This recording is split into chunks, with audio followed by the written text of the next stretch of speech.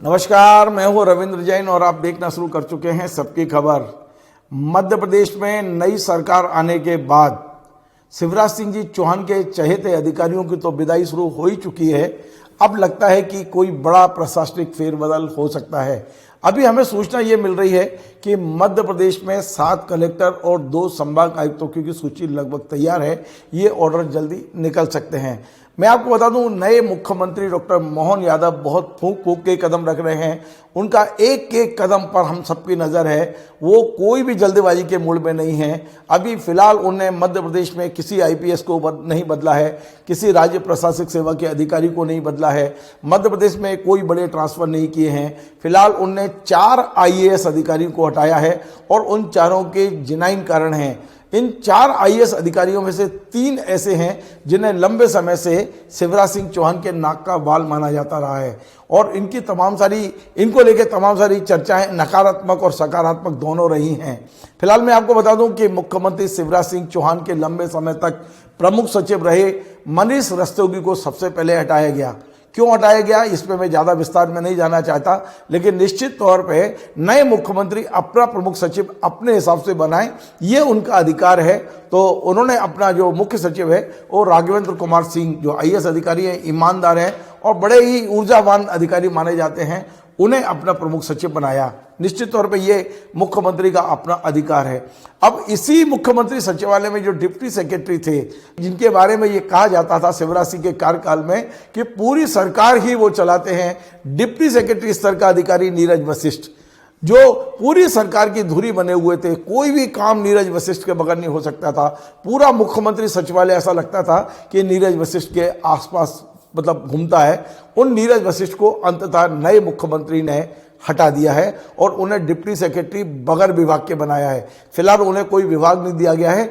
अब ये chief secretary के ऊपर है कि वो उन्हें क्या विभाग देते हैं। और इसी प्रकार प्रमुख सचिव मनीष रस्तोगी को भी हटाकर फिलहाल कोई विभाग नहीं दिया गया है।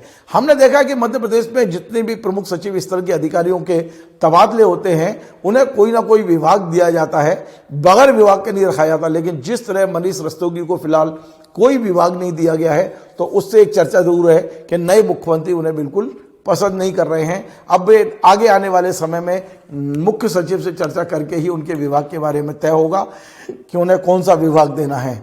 इसके बीच में एक और अधिकारी को हटाया गया है और वो भी लंबे समय तक मुख्यमंत्री के खास रहे हैं।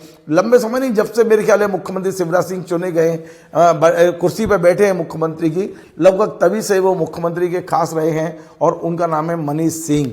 मनीष सिंह भोपाल में नगर निगम कमिश्नर रहे, उज्जैन में नगर निगम कमिश्नर रहे, इंदौर में कलेक्टर रहे और फिलहाल वो जनसंपर्क आयुक्त थे मध्य प्रदेश के। मैं उन्हें बहुत सक्षम अधिकारी इसलिए मानता हूं कि उनकी कार्यशैली बड़ी गजब है। वे जो काम को हाथ में लेते हैं 100% करते हैं। ये बात दूसरी है कि उनकी नज़दीकी शिवराज सिंह चौहान से रही है, लेकिन जिस विभाग में उन्हें बिठाया गया है वो विभाग कहीं ना कहीं ऐसा लगता है कि काम करता हुआ दिखाई देता है। काम की फुर्ती उनके अंदर है और ये माना जाता है कि वो एक ऐसी कार्यशैली है उनकी कि विभाग में उनका जो रुतबा रहता है वो जलवा और रुतबा देखने लायक रहता है। तो मनीष सिंह पर भी गाज गिरी है। माना यह जा रहा है कि मनीष सिंह उज्जैन में नगर निगम जब कमिश्नर थे तो कहीं ना कहीं उनकी मोहन यादव से दूरी रही होगी, वे उनके नज़दीक नहीं आ पाए, या हो सकता है किसी मुद्दे पर दोनों में मतभेद रहे होंगे। तो फिलहाल मनीष सिंह को बगैर विभाग के अपर सचिव मंत्रालय बना दिया गया है।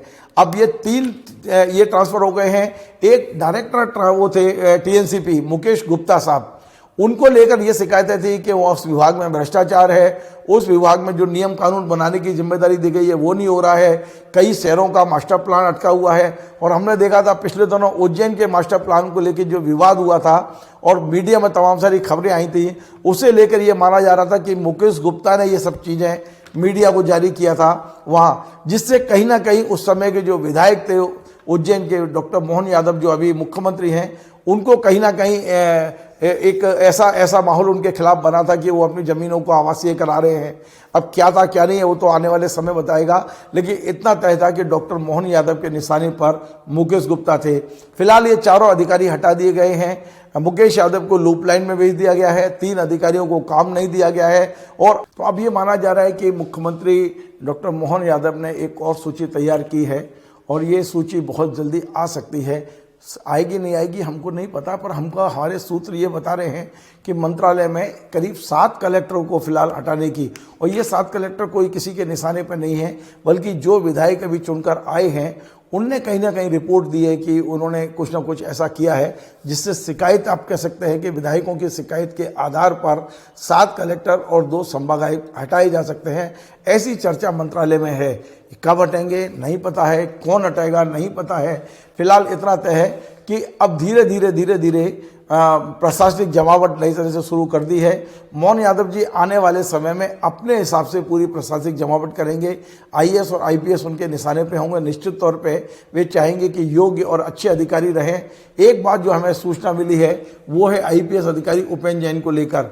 उपेन्द्र जैन 2 किस्तों में 5 साल उज्जैन में रहे हैं। उनकी कार्यशैली को मोहन यादव जी ने नज़दीक से देखा है और खबर आ रही है कि संभवतः उपेन्द्र जैन को मोहन यादव जी कोई महत्वपूर्ण जिम्मेदारी दे सकते हैं। उपेन्द्र जैन फिलहाल एमडी हैं पुलिस हाउसिंग कॉरपोरेशन में, योग्य अधिकारी हैं। उनकी कार्य क्षमता और उनकी जो कार्य करने की शैली है वो बहुत लोगों को भाती भी है।